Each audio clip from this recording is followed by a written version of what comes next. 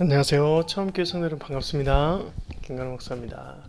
네, 오늘 두껍기티 함께 하도록 하겠습니다. 수요일인데요.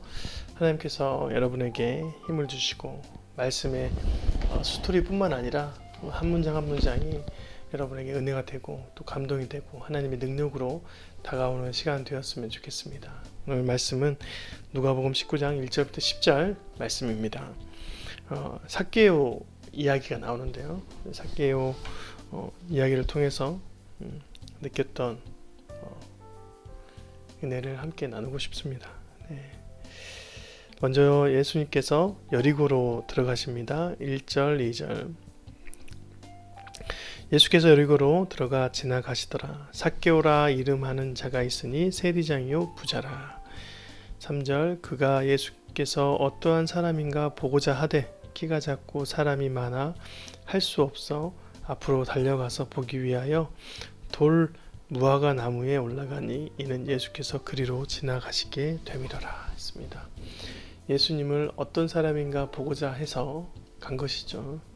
네, 어떤 믿음이 있어서인 게 아니라 그 사람에게 궁금증이 생겼다고 얘기를 합니다. 그래서 열심을 다해서 돌 무화과 나무까지 올라갑니다. 이 돌 무화과 나무는 실은 유대인들이 버리는 쓸모없는 또 이방인 취급하는 그런 나무의 한 종류입니다. 그런데 마치 삭개오가 돌 무화과 나무로 올라갔다는 이야기는 쓸모없는 사람이 쓸모없는 나무에 올라갔다 이런 식의 표현일 수도 있어요. 네. 그만큼의 위치에 있었던 것이죠. 세리장이고 부자이지만 그 사람이 영적으로 또한 언약 안에서는 거의 쓸모없는 사람으로 이렇게 취급당했다라는 것입니다. 예수께서 그곳에 이르사 쳐다보시고 이르시되 삭개오야 속히 내려오라.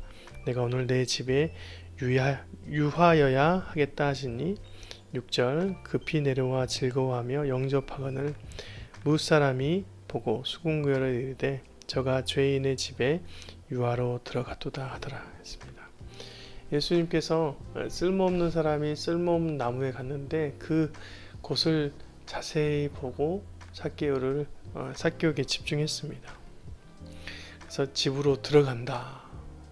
예수님께서 들어간다 라고 하니까 많은 사람들이 이 사람이 죄인의 집에서 유하러 간다. 그러니까 같은 사람이지 않겠는가 라고 이제 비방하는 것이죠. 예수님께서 어떠한 것을 하지 않았습니다. 그런데 삭개오가 그 가운데 자신의 고백을 하죠. 8절 삭개오가 서서 주께 여짜오되 주여 보시옵소서 내 소유의 절반을 가난한 자들에게 주겠사오며 만일 누구의 것을 속여 빼앗은 일이 있으면 내 갑절이나 갚겠나이다 했습니다. 네. 소유의 절반을 가난한 사람한테 주고 또 자신이 빼앗은 것이 있다면 그것을 내 갑절해서 그 사람들에게 나눠주겠다. 모든 재산을 다 환원하겠다라는 이제 얘기와도 마찬가지입니다. 예. 여러분 부자이고 고위직에 있는 세리장이었잖아요. 부자이고 세리장 위치에 있는 사람이 정상에 있는 사람이 모든 사람들은 고민이 있습니다. 세리장이었던 삭개오만 고민이 있는 게 아니라 모든 돈 많고 높은 위치에 있는 사람들이 거의 다 고민이 있어요. 그 고민이 있어서 예수님을 만나가지고 그런 극심한 고민 때문에 자신의 것을 내어놓은 게 아니라 오늘 말씀은 철저하게 예수님이 어떠한 것을 한 게 아니라 삭개오를 바라보고 그런 쓸모없는 사람이 쓸모없는 나무에 올라가도 하나님께서 그 사람에게 집중하고 그 사람 집에 들어갔더니 어떤 일이 일어났냐? 예수께서 이르시되 9절 오늘 구원이 이 집에 일어났느니라 했습니다. 여러분 구원은 누구입니까? 예수 그리스도입니다. 그죠? 예수님께서 어떠한 말도 하지 않았지만 삭개오가 자신의 집에 유하러 오신 그분이 온 것 자체로 인해서 자신이 감동을 받았어요. 여러분, 정상의 위치에 있는 사람들이 고민이 있어서 예수님 찾아와서 그 고민을 해결해줘서 예수님을 믿는 게 아니라 구원 자체이신 예수님께서 집에 오셔서 유하니까 예수님께서 그것을 빗대어서 오늘 이 집에 구원이 이르렀다. 내가 구원인데 구원이 이르렀다. 그것을 안 삭개오가 그렇게 반응했다. 라고 얘기하는 것이죠.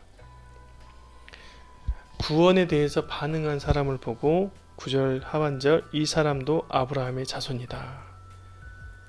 원래 아브라함의 자손인 사람들이 유대인들, 바리새인들입니다.